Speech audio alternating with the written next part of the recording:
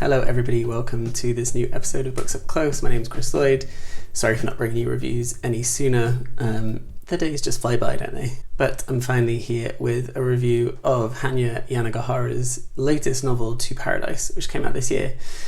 Now, before I say anything else, I am a big fan of Yanagihara's other two books. I think The People in the Trees is amazing and very underread and underdiscussed. So I would definitely recommend you read that. It's weird, it wrong foots you. There's some really odd stuff in there. And A Little Life, I think, is staggeringly good. I understand the critiques of it, but I think it's doing something really interesting with genre and tone and form that allow for the kind of overwhelming misery that the book contains. But I think she's doing something quite interesting formally in that book.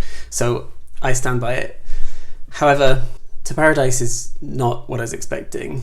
Actually, I was so excited for this book when I read the first part, which is quite short, it's about 190 pages. I was very, very disappointed and worried. And sadly, the whole book did not live up to the hype nor to my expectations.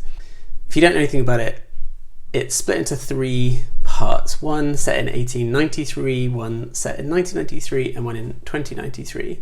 And in each of these sections, we're in an America that is and is not our current America. It's a kind of alternative version, if you like.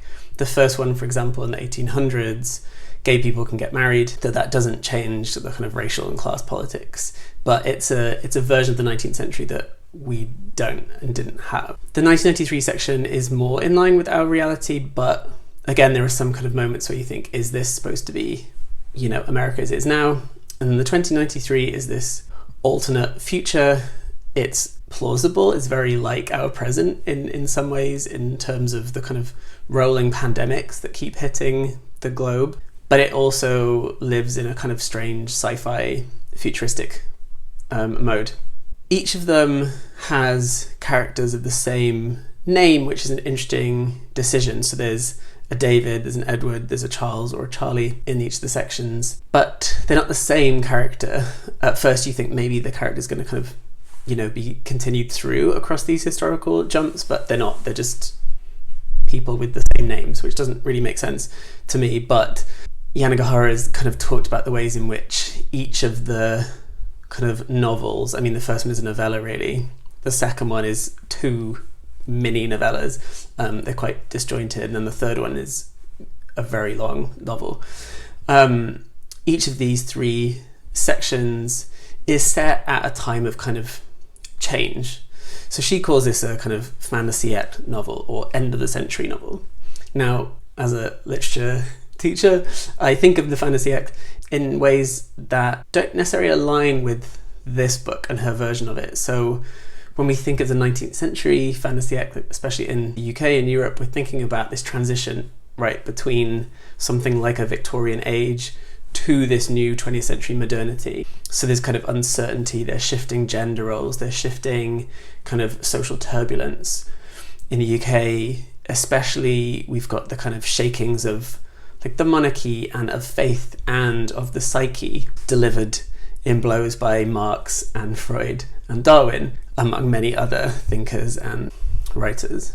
But in this book, the kind of social tumult is really kind of personalized. I think the kind of historical backdrop isn't completely fleshed out, and partly that's because it's a kind of alternate America, but also I think Yanagihara is good at individual characterization, but when it comes to the larger historical backdrop, it's thinner, and those themes of change aren't as kind of powerful, I think, as if you read something from the 1890s. If you go back to that work and have a look at what's happening, like even at the level of the sentence, like the prose is changing, the poetry is changing, everything seems to be on the cusp of like the terror of the future, as well as the kind of joy and possibility of it. But the future seems terrifying. This turn of the century is something brand new. And here, all of that affect for me wasn't present. I didn't fully care about the characters. I didn't ultimately care what was going on until these kind of endpoints. Now, this is not a spoiler in any way, but if you don't want any knowledge about what happens, maybe mute this for the next 30 seconds or so.